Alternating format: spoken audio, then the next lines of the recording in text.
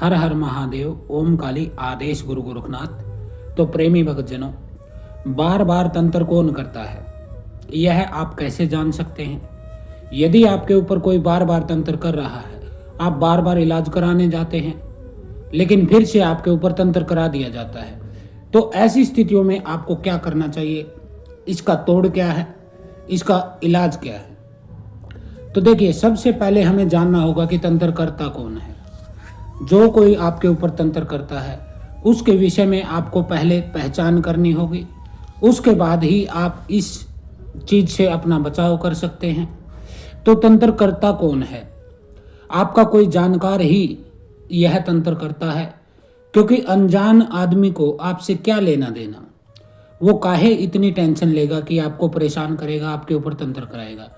तो यह कोई आपका अपना ही करता है, चाहे वह आपके घर में से हो, परिवार में से हो, पड़ोसी हो, कोई मित्र हो या फिर रिश्तेदार हो। क्योंकि जब कोई भी व्यक्ति किसी तांत्रिक के पास तंत्र कराने के लिए जाता है, तो तांत्रिक कुछ चीज़ों की उससे मांग करता है। और ये चीज़ें होती हैं जैसे आपका फोटो, आपका नाम, पिता का नाम, आपका गोत्र, आपका गांव, आपके कुल देवी और कुल देवता की पूरी जानकारी तांत्रिक को चाहिए, जिसके पश्चात वह आपके ऊपर तंत्र करा सकता है। अब उसको कुछ चीज़ें भी चाहिए जो कि अनजान आदमी नहीं ला सकता है। वो चीज़ें क्या होती हैं?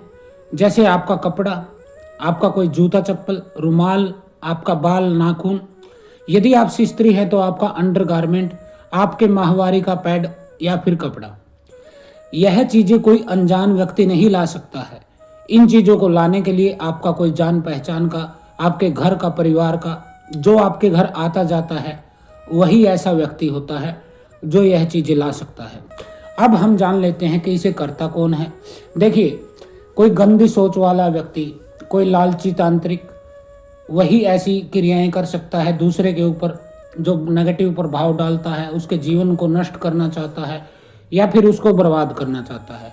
ऐसा कोई घटिया सोच का, कोई गंदी सोच का लालची तांत्रिक ही कर सकता है। इसके कारण क्या है? देखिए, सबसे बड़ा कारण होता है पैसे की भूख। ऐसे व्यक्ति पैसे के लिए ऐसे उल्टे सीधे काम कर देते हैं, जिससे कि सामने वाला व्यक्ति, यानी कि आप या फिर आपका कोई जानकार, वह व्यक्ति पीड़ित होता है। दूसरा होता है शरीर की भूख वाला कोई ओझा गुनिया सोखा। शरीर की भूख से मेरा मतलब है संभोग का सुख।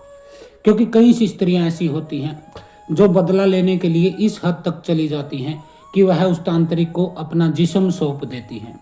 वो कहती हैं कि आप हमारे साथ संभोग कीजिए, मजा लीजिए, हमें भोग लीजिए, लेकिन फलाना व्यक्ति के ऊपर आपको तंत्र करना है, उसको बर्बाद करना है। तो पैसे की भूख और शरीर की भूख, ऐसा कोई तांत्रिक ओझा गुनिया ये बुरा तंत्र कर सकता है, गलत तंत्र कर सकता है।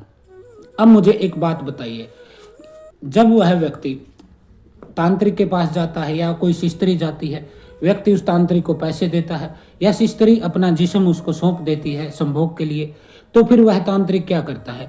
वह कोई ना कोई चीज अभिमंत्रित करके, उसमें शक्ति लगा के, उसमें भूत प्रेत या गंदी ऊर्जा, नेगेटिव ऊर्जा, मैली ऊर्जा लगा के उसको आपके घर तक या शरीर तक पहुंचाना होता है। अब कोई अनजान व्यक्ति जो आपके घर आ जा नहीं सकता है, आपको जानता नहीं है, वह आपके घर तक वैसी चीजें कैसे पहुंचा सकता है? या फिर आपके शरीर तक कैसे पहुंचा सकता है? शरीर तक पहुंचाने का मतलब आपको खिलाने पिलाने के माध्यम से आपको शरीर में पहुंचा देना, या फिर आपके घर में आके छिड़क देना, फेंक देना, डाल देना। तो ऐसा कोई विश्वास पात्र ही कर सकता है जो आपके घर में आता है, जाता है, उस पर किसी को शक नहीं होता है। ऐसा ही कोई व्यक्ति आपके ऊपर तंत्र कर सकता है, करवा सकता है।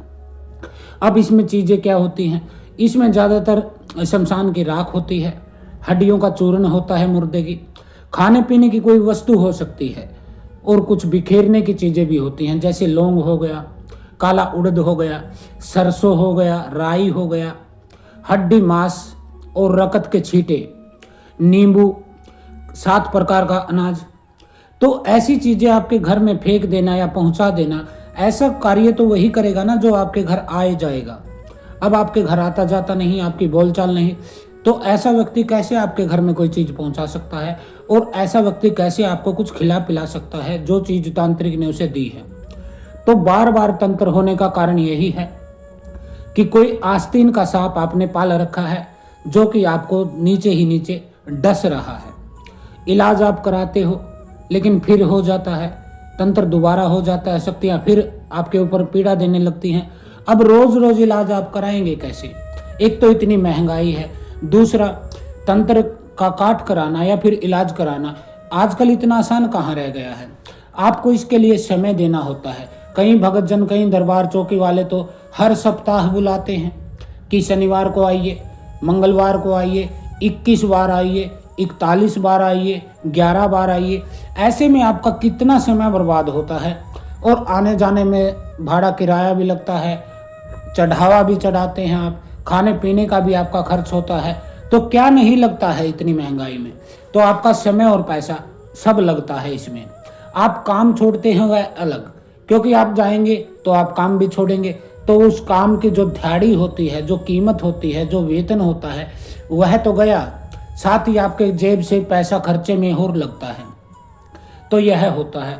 अब इस चीज़ से बचाव के बारे में जान लेते हैं। तो देखिए, यदि आप कहीं किराए पर रहते हैं, तो मकान में रहते हैं, किराए के मकान में रेंट पे रहते हैं, तो आपको वह जगह बदल देनी चाहिए, क्योंकि किराए का मकान बदलना कोई बड़ी बात नहीं है। यहाँ भी किराया देना, वहाँ भी देना। हो सकता है जगह बदलने से वह व्यक्ति आप तक न पहुँच पाए, आपको कुछ खिला पिला ना पाए, आपके घर में कोई चीज़ फेंक ना पाए। यदि आपका खुद का मकान है तो आपको उस व्यक्ति की पहचान करके उससे सारे रिश्ते ख़त्म कर लेने चाहिए, उसको इग्नोर कर देना चाहिए, उसके आना जाना घर में बंद कर देना चाहिए। चाहे आपको उसके लिए उसके साथ झगड़ा ही क्यों ना करना पड़े, किसी न किसी बहाने से आपको उसको अपने जीवन से दूर कर देना है, अपने घर से, परिवार से, सदस्यों से दूर कर देना है। तो अब आप कहेंगे कि इसकी पहचान क्या होती है? तो इसकी पहचान मैं बता देता हूँ बेटा। देखिए, तंत्र जब भी होता है वह होली या दिवाली के आसपास ही होता है, क्योंकि साल में 2 ही ऐसे मौके हैं जब तंत्र किया भी जा सकता है और काटा भी जा सकता है। और एक बार यदि आपके ऊपर तंत्र हो गया है तो फिर उस तांत्रिक को रास्ता मिल जाता है। जैसे आप किसी अपने परिचित के घर जाते हैं दूसरे शहर, पहली बार आपको पूछ कर जाना पड़ता है, गूगल लोकेशन से आपको सर्च करना पड़ता है, या फिर किसी ऑटो वाले से या फिर गाड़ी वाले से पूछ के तब आप वहां पहुंचते हैं। लेकिन एक बार जब पहुंच जाते हैं तो दोबारा आपके लिए आसान हो जाता है, फिर आपको किसी से पूछने की ज़रूरत नहीं पड़ती है, आप सीधा उसके घर चले जाते हैं। उसी तरह तंत्र का खेल है। एक बार रास्ता मिल गया, एक बार तंत्र हो गया, तो फिर वह तंत्र बार बार कर सकता है। एक बार उसने आपके देवी देवताओं को मोह लिया है, उनको चाहे भोग प्रसाद से मनाया है, चाहे उसको मंत्र की शक्ति से उनको मजबूर किया है, तो उन देवताओं से भी उसका सौदा हो गया, तो अब वह बार बार तंत्र आपके ऊपर करा सकता है। अब आपको खाली एक काम कर सकते हैं जिससे आपका बचाव होगा, उस व्यक्ति की पहचान। और उस व्यक्ति की पहचान कैसे होगी वह मैं बता देता हूँ। आपको करना क्या है, आपको सोमवार के दिन यानी कि शाम के समय जब आप सोने के लिए अपने बिस्तर पर जाएंगे, उस समय आपको कुछ सामान की ज़रूरत पड़ेगी, तो सामान नोट कर लीजिएगा। 7 लौंग आपको लेना है, 1 जायफल आपको लेना है, 1 नींबू आपको लेना है और 11 रुपये आपको ले लेने हैं। यह चीज़ें आपको भगवान शिव के नाम लेकर प्रार्थना करनी है, हाथ में जल ले लेना है और आपको बोलना है, हे भगवान शिव, हे पूर्ण परमात्मा, मैं अपना नाम लीजिए, पिता का नाम लीजिए, यदि आप स्त्री हैं तो पति का नाम लीजिए, कुंवारी हैं तो पिता का नाम लीजिए, और अपने गोत्र को बोलिए, आपका जहाँ स्थान है, जहाँ रहते हैं, शहर का या फिर गांव का, उसका नाम लीजिए और उनसे प्रार्थना कीजिए कि मैं फला, मेरे पिता का ये नाम, मेरा ये गोत्र है और इस जगह मैं रहता हूँ। आज मैं आप संकल्प लेता हूँ कि कल मैं आपके मंदिर आऊँगा और आपको ये सामग्री आपको भेंट करूँगा, आपके शिवलिंग पर चढ़ाऊँगा, आपको दीपक जलाऊँगा और आपसी पूजा करूँगा, आपके मंत्र का जाप करूँगा। यह चीज़ें जो है 7 लौंग, 1 जायफल, 1 नींबू और 11 रुपये, यह आपको किसी सफ़ेद कपड़े में बांध लेने हैं और इनको अपने सर से 7 बार उल्टा घुमा लेना है और भगवान शिव का मंत्र जपते हुए ओम नमः शिवाय, ओम नमः शिवाय, इसको अपने तकिए के नीचे रख देना है और फिर आपको सो जाना है। सोने से पहले जितनी देर में आपको नींद आए, मन ही मन यह प्रार्थना कीजिए कि हे भोलेनाथ, जो कोई भी मेरे ऊपर तंत्र कराता है, सौपन के माध्यम से उसका चेहरा, उसकी पहचान मुझे हो जाए। हे बाबा भोलेनाथ, जो कोई भी मेरे ऊपर तंत्र कराता है, सौपन के माध्यम से उसका चेहरा मुझे दिखाई दे, उसकी पहचान मुझे हो जाए या उसकी आवाज़ सुनाई दे। यह प्रार्थना करके आपको सो जाना है। सुबह जब आप उठेंगे तो आपको सौपन के माध्यम से यह पता चल ही जाएगा कि आपके ऊपर बार बार तंत्र कौन करा रहा है, और आप उसकी पहचान भी कर सकते हैं। इस विधि को हमने अनेक लोगों को दिया है और अनेक लोगों ने इसका लाभ उठाया। उन्होंने जान लिया कि हमारे ऊपर तंत्र कौन करता है। हमारा कोई मित्र है, पड़ोसी है, कोई फैमिली का ही सदस्य है, कोई रिश्तेदार है, कोई जान पहचान वाला है। तो इस विधि का प्रयोग करके सौपन के माध्यम से उस व्यक्ति का आपको परछाई दिखाई दे जाता है, उसकी पहचान आपको हो जाती है, उसकी छवि आपको दिखाई दे जाती है। कुछ लोगों ने हमें बताया कि गुरुजी हमें उसकी आवाज़ सुनाई दी है और आवाज़ के माध्यम से हमने उसको पहचान लिया। कई लोग कहते हैं गुरुजी हमें उसकी कद काठी के हिसाब से, उसके चाल ढाल का दंग देख के पता चल गया कि वह व्यक्ति कौन है। और कुछ जो व्यक्ति पूर्ण निष्ठा और श्रद्धा दृढ़ विश्वास के साथ यह काम करते हैं, उनको तो उसका चेहरा ही दिखाई दे गया, उसका भी चेहरा दिखाई दे गया, और जिससे वह कराता है उस तांत्रिक का चेहरा भी दिखाई दे गया। तो यह क्रिया बहुत आसान है, इसमें कोई आपका मोटा खर्च नहीं, न ही ज़्यादा समय लगना। अब आपको पहचान हो गई है तो इस सामान को आपको भगवान शिव के मंदिर में लेके जाना है। अगले दिन सुबह सुबह एक दीपक जलाना है और इस सभी सामग्री को उनके शिवलिंग पर चढ़ा देना है और बैठकर 108 बार ओम नमः शिवाय मंत्र का जाप करना है और बाबा भोलेनाथ को धन्यवाद देना है कि उन्होंने आपके ऊपर तंत्र करने वाले की पहचान आपसे करा दी। अब पहचान हो गई है, अब आपको क्या करना है, उस व्यक्ति से आपको धीरे धीरे सारे संबंध तोड़ लेने हैं। उसका घर में न तो आप जाएं, न ही उसको अपने घर आने दें, न तो उसकी खाने पीने की कोई सामग्री लें। और यह भी ध्यान रखें कि कहीं वह आपके घर से कोई ना कोई सामान तो नहीं उठा ले जाता है, चाहे वह आपके कपड़े हों, आपके घर से कोई सामग्री हो, कोई मिट्टी हो, या फिर आपकी पत्नी के, या यदि आप स्त्री हैं तो आपके अंडरगारमेंट, यानी कि आपके जो बॉडी होती है, पैंटी होती है, ब्रा होती है, इस तरह की चीज़ें।